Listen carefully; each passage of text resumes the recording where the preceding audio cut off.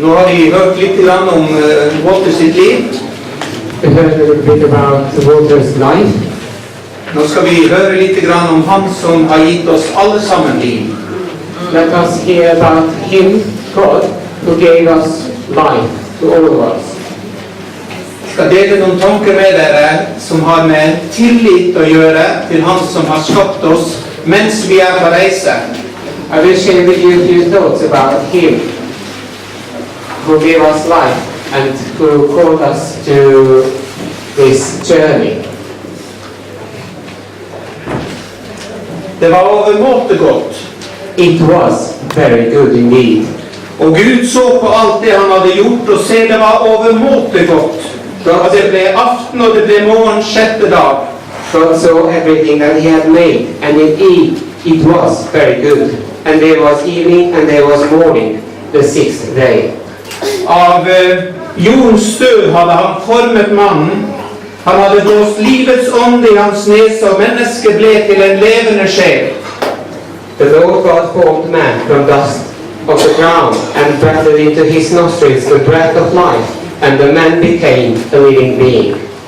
Og han hadde lagt lengselen etter en som kunne være sammen med ham, vokse i ham, og så hadde han gitt ham en medhjelper.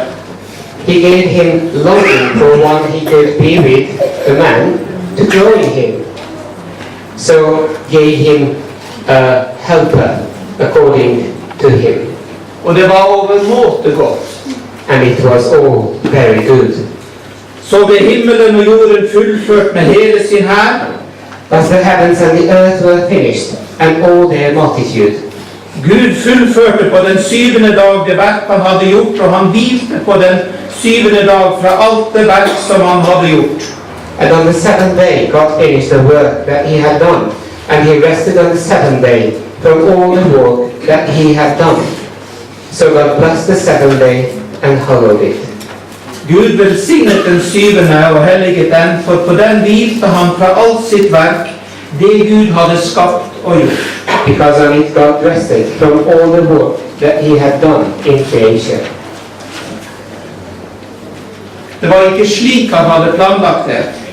God did not plan it to be like this. Han visste at det var en mulighet, fordi han ville at menneskene skulle ha en fri vilje til å velge. But God knew there was a possibility for it, since God's plan was to give people a free will. Menneskene valgte likevel å stole på han som hadde sagt, har Gud virkelig sagt at dere ikke må ete av noe tre i hagen? The people still chose to trust the person who said, did God say, you shall not eat from any tree in the garden? De hadde følt seg nakne og hadde gjemt seg. Then the eyes of both were opened and they knew that they were naked. Men Gud, han lette etter dem og fant dem. And they hid from God. But God looked for them, found them, and gave them a promise. Slangens hode skulle knuses, selv om han kom til å knuse din hel. God said that the head of the serpent is going to be crushed. He will strike your head and you will strike his heel, said God. Livet skulle ikke bli enkelt etter dette. The life shouldn't be easy afterwards. Det skulle være med hardt arbeid at han skulle brødføre sin familie. It should be hard work for Adam to feed his family. Og tilbake til jorden skulle han vende etter sin død, fordi av den var han jo tatt. As God said, you are dust, and to dust you shall return. Og kvinnen fikk blant annet vite at med smerte skulle hun føde sine barn.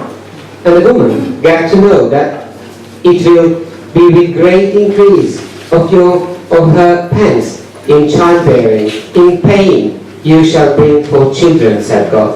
Og de første menneskene fikk se et dyr som måtte dø for at de skulle få dekke sin nakne kropp.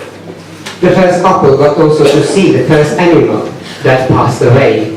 Det var et mysterium hva det kostet at slangens hode skulle knuses. It was a mystery, the price that was paid in order for the serpent's head to be crushed.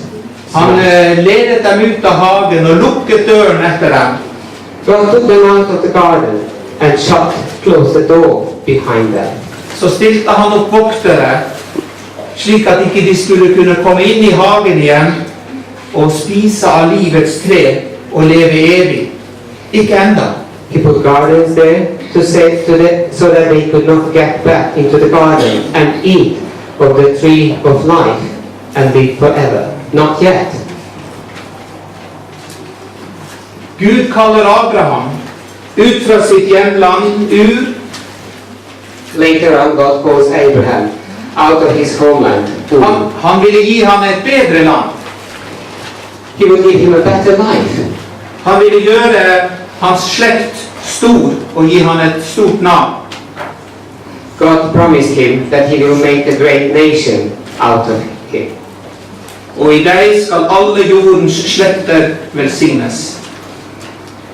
I will bless all those who bless you, and in you all the families of the earth shall be blessed, said God to Abraham.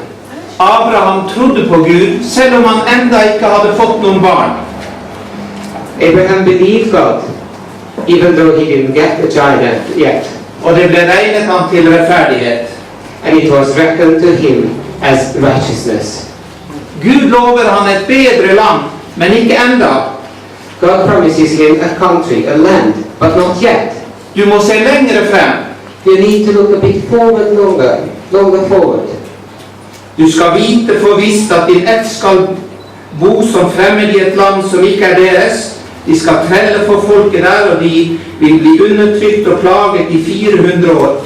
Men jeg vil også dømme det folket som de skal trelle for, og deretter skal de dra ut med mye gods.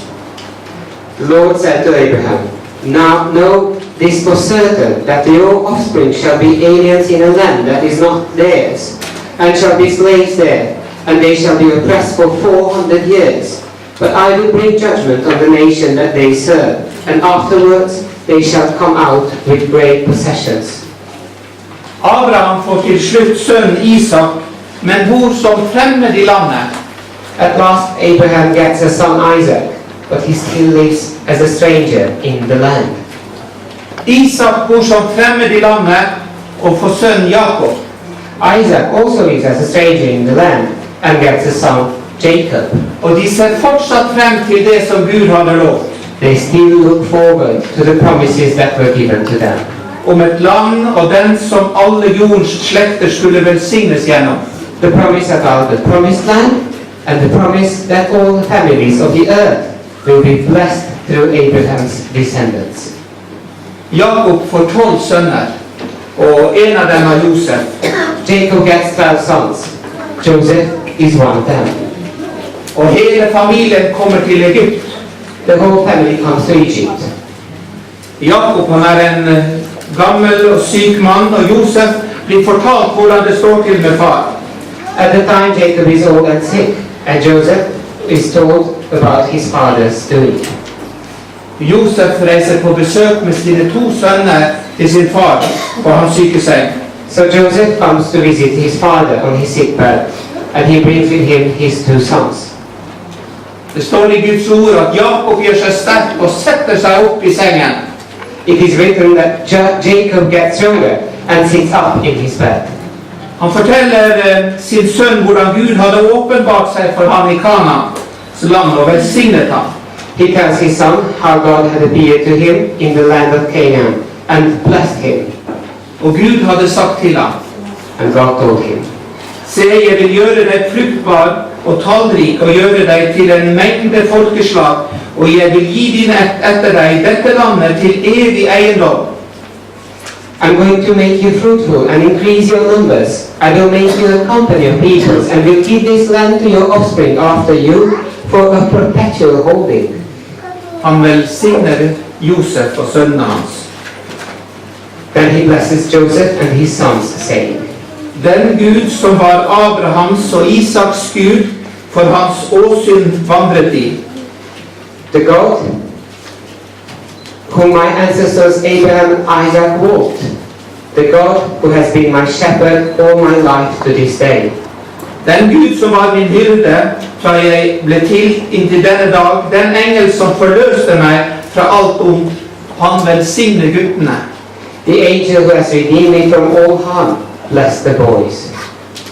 Gud hadde vært den som han hadde passet på ham, og som han stolte på.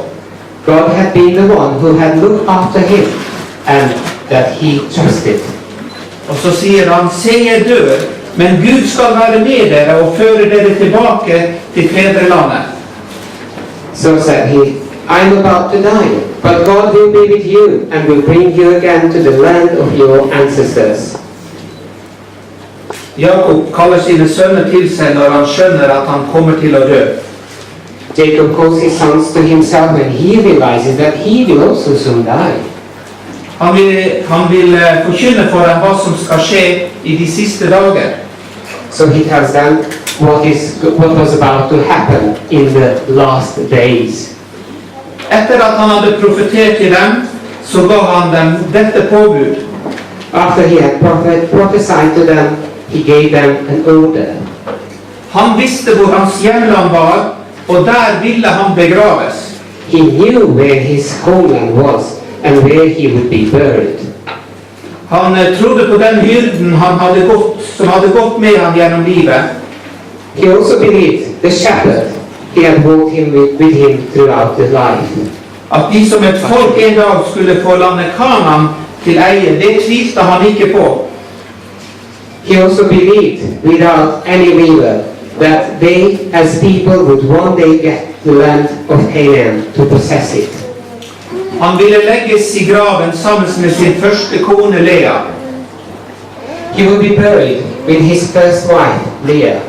Der lå også hans far Isak og hans mor Rebekka, There was also his father Isaac and Rebekah, his mother, hans bestefar Abraham og hans bestemor Sara. his grandfather Abraham and his grandmother Sarah. Og så står det i skriften, And it is written, da Jakob hadde fullført sitt påbud til sine sønner, trakk han føttene opp i sengen. when Jacob ended his charge to his sons, he drew up his feet into the bed, Og han oppgav sin ånd og ble samlet til sine fedre, og hans sønner gjorde som han hadde påbudt. he breathed his last and was gathered to his people.